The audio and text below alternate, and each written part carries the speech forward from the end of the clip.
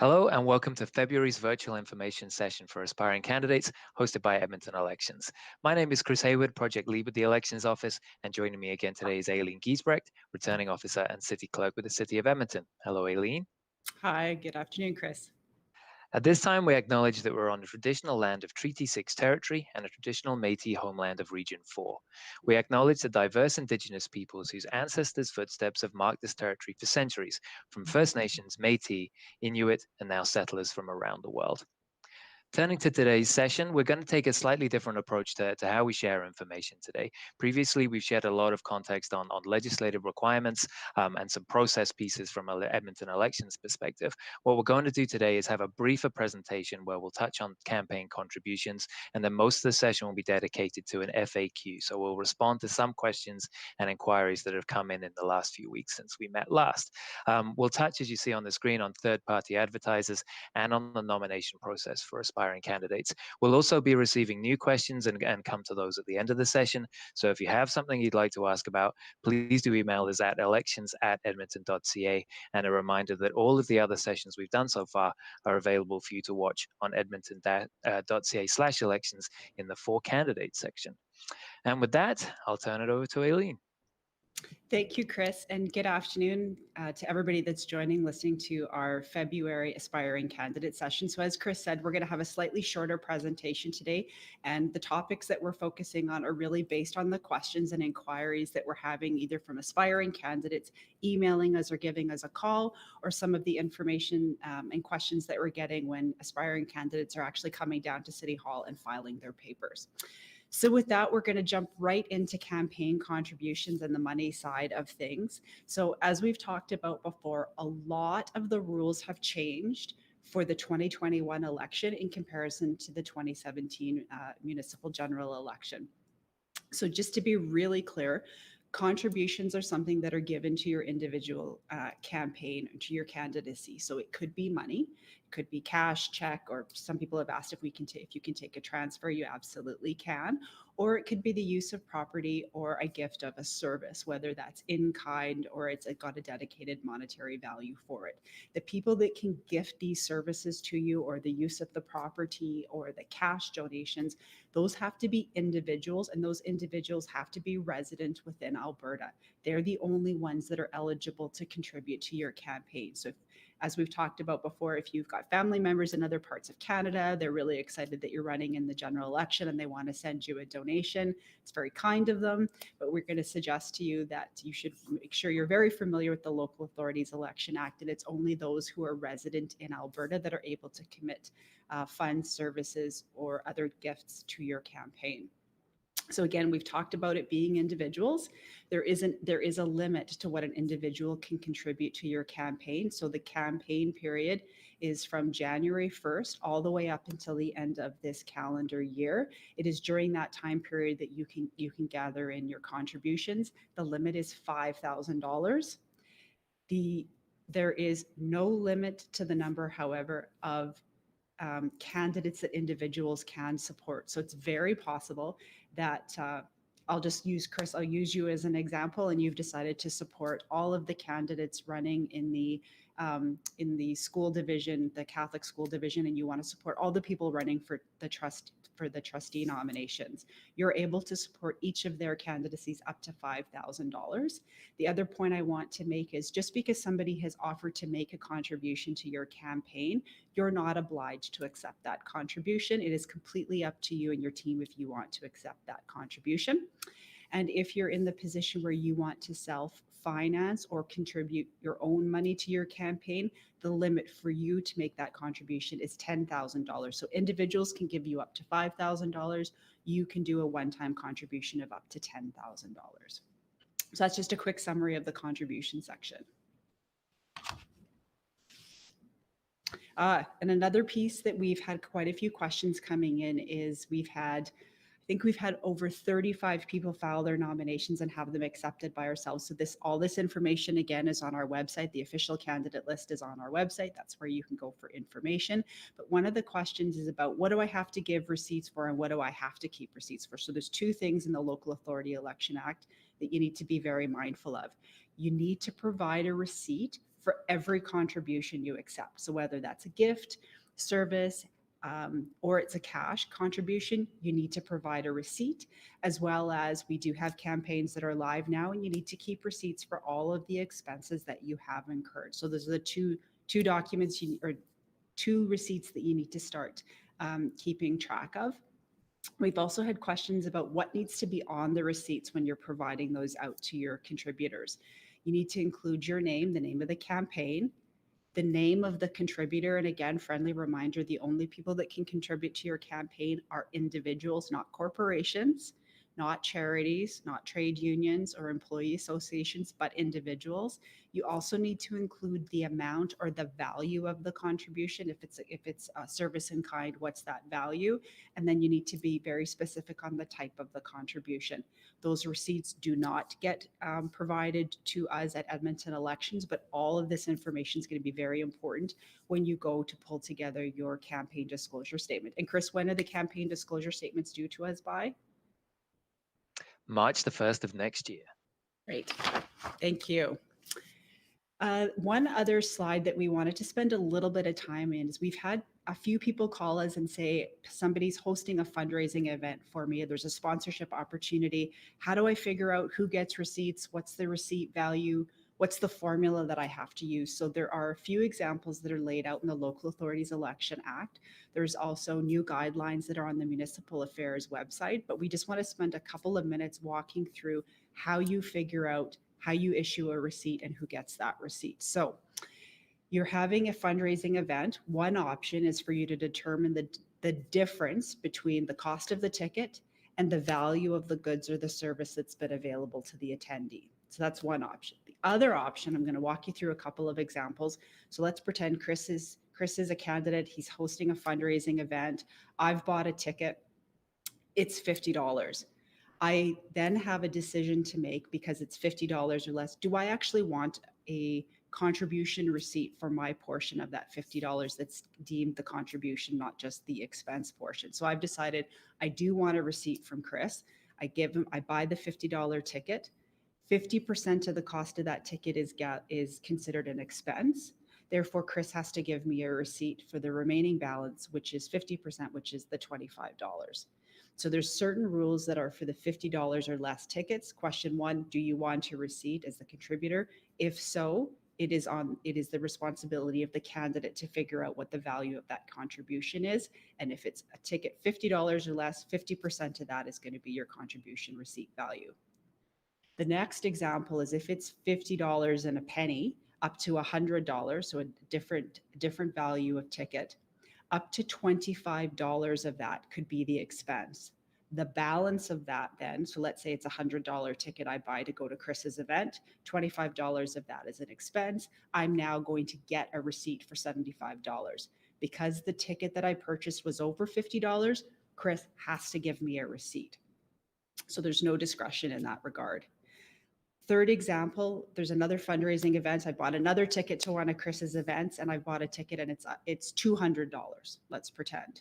So up to 25% of that is an expense. So let's say $50 of that ticket goes towards the expense. Chris then has to give me a receipt for $75, the 75% the balance, which is a receipt for $150. So just be very mindful if you're having these fundraising events, look at the chart and look at to the left-hand side and look at the value of the ticket. And then on the far right-hand side, it's going to tell you what the value of the contribution receipt should be. Is that clear as mud, Chris? Clearer, I think. Now Thank you. that is a difficult piece of this whole process. So I appreciate you using that illustration there because I do think it's helpful. But know that we're available always to answer your questions on this. We will have more information up on the website as we move forward. So keep this top of mind, but know that you're not expected to be an expert as a candidate initially on this. One thing I did want to add, only official candidates are eligible to receive contributions. And in order to be an eligible candidate, you have to have your Form 4 and your deposit received by the returning officer. So again, be mindful of that. Okay, as I mentioned, we're going to dedicate most of the session today to frequently asked questions. So those topics of concern and inquiry that have come in since we met last as a group. And one of these is a new topic for all of us. So we'll start with the real easy ones, Aileen, and go into third-party advertising. What I'd like you to speak to initially at the very highest level, can you tell us what a third-party advertiser is and what role do they play in municipal elections?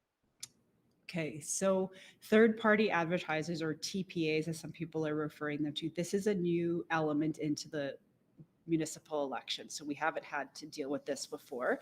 So this section is highlighted in Part 8 of the Local Authorities Election Act, and I'm going to say that quite a few times because this is, as I said, a new addition. So this is a group of people or a group of corporations or a group of individuals who have come together to form a group who want to provide election advertising as third-party advertisers, either for or against a candidate, or in support or against a question or an issue. So this whole section isn't just about advertising during the election, but this is as third parties advertising against a candidate, for an issue, or against an issue. The other thing I want to highlight, this is not part of your election campaign as a candidate. So we've talked about the nomination period. We've talked about the campaign period. We've talked about the election is October 18th. We've talked about disclosure statements. There's now another set of dates that I want to introduce into this, and it is the date on which third-party advertisers can start advertising around election candidates as well as election issues. And that starts on May 1st and it concludes on October 18th. So again, this is a new element. All of the rules related to third-party advertisers are outlined in Section 8 of the Local Authorities Election Act, and we're going to have another session long before May where we address some of these things, but we have had quite a few questions, people asking, what is a third-party advertiser and what do I need to know as a candidate about them?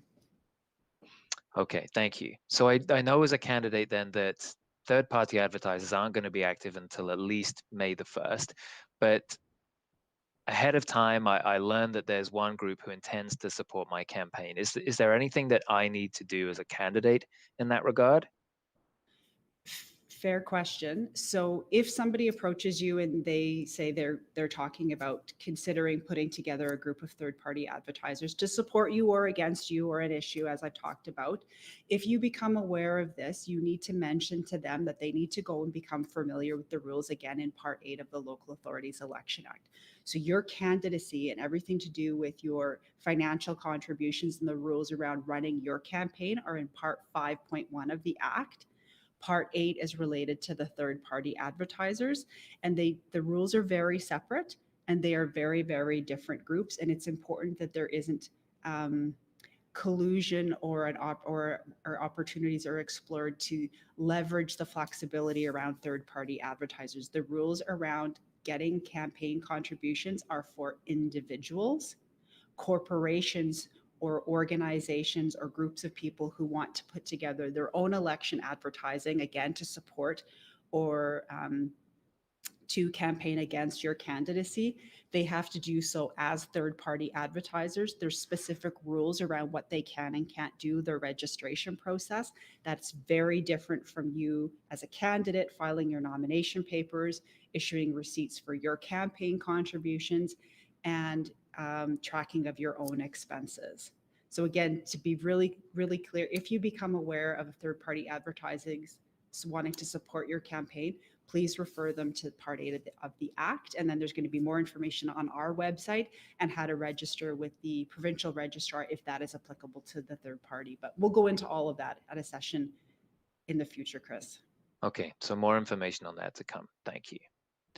Turning now then to nominations, and you already mentioned that we've had over 30 people come through the doors of City Hall to file their Form 4, but we can anticipate a lot more coming through in the coming months here. So I want to get to some of the questions that have been coming through to us. Form 4 obviously is the critical one that I need to file in order to have my candidacy accepted by the returning officer. And we've talked a lot in previous sessions about the content of that form and how to fill it out. But people are curious about what they can do. Is there an opportunity for them to make changes to Form 4 once they've completed it if they find an error, or do they have to just start again? So great question. And we have, as you mentioned, we've had this quite a few times. So let's say you and your team are gathering all of your nomination papers. Let's say Form 4 now becomes 15 pages and you've got 3 or 4 signatures on almost every page, a couple of up to 10. And as you're going through that, you realize a couple people who have signed your form actually don't live in the ward that you're seeking to represent. They happen to live in a different ward. You didn't notice that until you were double checking your addresses. If the form's not yet been commissioned, these absolutely, you can simply cross that line out, initial it, and then just always make sure you've got enough signatures. So Chris, if you're running for trustee or you're running for for a position of counselor, how many signatures do you need? What's the minimum? 25 is your minimum. And for mayor? 100. So thank you for that. We just want to make sure that when you do bring your forms into us, you have at least the minimum. It's your obligation to make sure that everybody that has signed that is an elector and they live in the appropriate ward. The other thing, just to flag for you, at the top of each of the pages, there is a section where you have to provide your legal name. It needs to be your complete legal name. So we've seen situations where perhaps people have put their first, middle, and last name on some pages and it doesn't match up on all of the pages. If you come into us and we notice that, we are going to ask you to fix that before we will then either commission the forms for the first time at no cost, or we will have to recommission them. So if you don't have access to a commissioner, you are able to make an appointment to come down to us at City Hall. We will have a commissioner here free of charge and we'll take care of that for you. But you must bring government issued ID in order for us to provide that service. Okay, great. Thank you. So I can, provided the form isn't commissioned, I can make some amendments to the content. If it is commissioned, I can still change it, but that has to be done when I come down to City Hall with Edmonton Elections, who can recommission it for me. Absolutely. Okay, great. Thank you. There's a section on the form on the last page that speaks to an official agent. Can you clarify for us exactly what an official agent is? Yes. So if you would like to have somebody who can represent you and contact us on your behalf, you can have an official agent. If you know that you want to have one and you've already identified them, please put their name on the Form 4, as well as all of their contact information on the additional forms that are not required, but very helpful for us to have and for you to bring down when you come down to file your papers. If you don't have an agent, don't want to have an agent, we just ask that you put a line or an NA in that box so we know that you've reviewed it and you aren't appointing an official agent at this time. You do not need to have one. We also just ask that you don't put your name as the candidate in that box. There's a line below it, which is where you can clarify how you would like your name to show up on the official ballot. So again, just to make that point, on Form 4 through all of the pages where the electors are signing to confirm that they want to nominate you for the position, that needs to be your official legal name. There is a little bit of flexibility on how you want your name to show up on the official ballot. That's on the last page of Form 4, just below the official agent and below where, or just above where you sign it. And then we will have our staff commission that for you if that needs to happen when you file your papers. Okay, great. So even if I'm not naming an official agent on Form 4, which I'm not obliged to, I should still put something in there. I shouldn't leave that section blank. If just put a line through it or put not applicable, that would be great. Okay, great. That's helpful. Thank you. And you already spoke a little bit about commissioning. I know this is a service that Edmonton Elections can provide at the appointment. We have had some questions about the option to mail the form in or have it couriered into City Hall. Do I have to have the form commissioned before I send it in? Excuse me. Or can Edmonton Elections still provide that service if I'm mailing the form? So really good question. And we have had some candidates choose to provide their forms by courier to drop them off by mail, which is absolutely okay.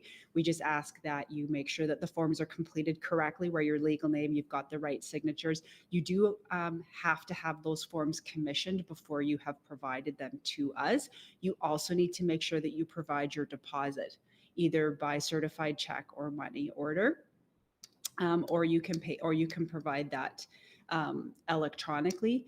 Unfortunately, until you have the forms commissioned, until they've been reviewed by us, and you make your pay your deposit, you are not an official candidate until those three things happen. Okay. So you're welcome to send them in to us, and if by for some reason we find that there needs to be some correction, we will then contact you. Our team will contact you. You will have to make another appointment to come back in and have the forms corrected. And then we can either commission them for you for the first time if you've forgotten to do that before you send them in, or we'll happily recommission those for you. Okay, great. So I'm assuming then that that's the same. If I send a designate down to City Hall to file the papers on my behalf, it has to be commissioned ahead of time. Absolutely. And that's a great point. You do not need to come and file the papers yourself. Your agent can bring them down, or somebody can bring them down and drop them off. However, if there are any corrections or changes that need to be made, they're not able to make those for you, because it's only the person who is the candidate that can actually be present when the forms are being commissioned. Okay, great. Thank you. And finally, we've talked a lot about ward boundary changes, and I know that the City of Edmonton, their boundaries have been amended. Edmonton School District and Edmonton Separate Catholic School District have also seen some changes. But are those all effective now? Another good question. So the effective date for the new City of Edmonton ward boundaries is actually on election day. So that's a really good point. If you're thinking about running, or if you're still an aspiring candidate, you need to make sure that the electors that are signing your Form 4 are from the ward that you are seeking to represent. So currently we have 12 numbered wards. Those ward names and the numbers, and the boundaries are all in effect until October 18th, at which point the new ward boundaries and the new names take effect. So when you're bringing your forms in, Form 4, if you happen to be running in the municipal election, you need to make sure that you're putting not the number of the ward that you're running in, but the new names that are come into effect on October 18th. Okay, I see. And that ties back to the resident signatures, because they're the electors that are actually nominating me, rather than Form 4 being an expression of intent for me as a candidate, if you like. So Correct. if they don't reside in the ward that I would represent if elected, they're no longer eligible to provide me with a signature. Correct. And if you happen to notice that on your form, you can simply cross it out. Make sure that you've got the requisite number of signatures, either 25 or 100. And if it hasn't been commissioned, just have it commissioned. And if it needs to be recommissioned, just when you come down to City Hall, like I said, we'll do that for you. Just bring your government issued ID. Okay, great. Thank you. And a reminder that maps of Edmonton municipal wards, both now and the ones that will come into effect on election day, those are available in the For Candidates section on our website. So take a look at that if you want to remind yourselves of the neighborhoods that you would be representing if elected. Okay, great. Thank you. I'm going to turn now to new questions that have come in as the session's been taking place here. And a reminder that you can submit those to us anytime at elections@edmonton.ca. The first one I want to turn to is around third-party advertising. So it's good that we spoke to that off the top here.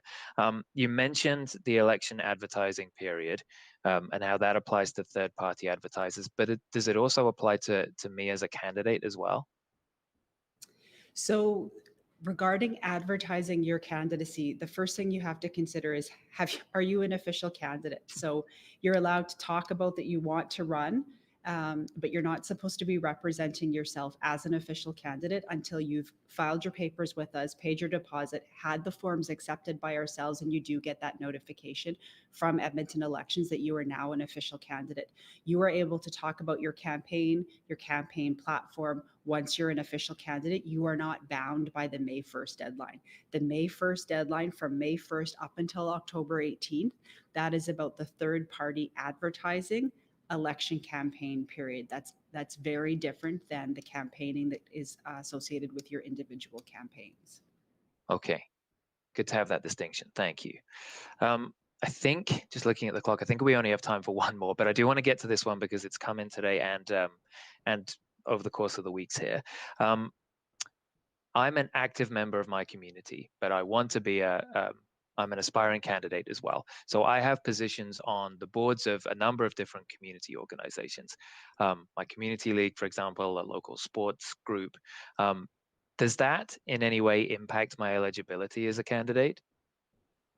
Great question. And no, it does not. So the eligibility criteria is clearly laid out in the Local Authorities Election Act. And I believe our first and second session talks about candidate eligibility. So you've got the residency requirement. You need to be 18 on election day. You need to be eligible to vote in order to be a candidate. But if you happen to sit on a number of different boards or you serve your community in a variety of different capacities, that is not something that will preclude you from filing your papers. Just want a friendly reminder, if you currently are employed by the City of Edmonton and you would like to run for the position of mayor or of a city councillor, you do need to take a leave of absence before you file your papers.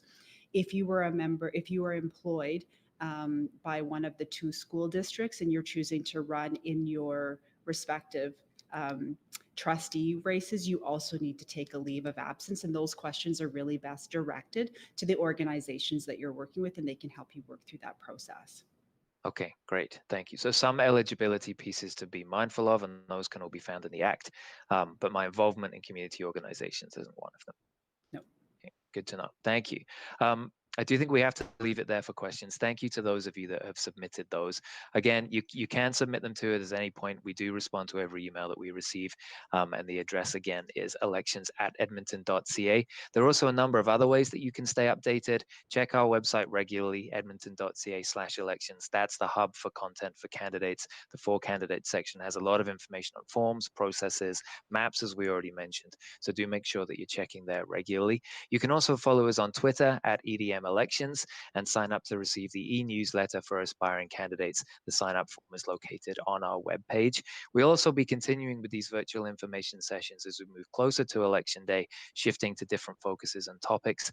One thing that I do want to draw your attention to, though, is that we'll soon be circulating a survey about these sessions to you, and you can receive those through the newsletter and I believe on our website as well. We want to know how we're doing with these. We want to know if they're useful. We want to know if we're touching on the right things for you as candidates. If there are topics that you'd like us to speak to, please do suggest them to us, and you can email those to us at any time, but please do find the survey once it's available and send that to us. We'd be interested to know what you think.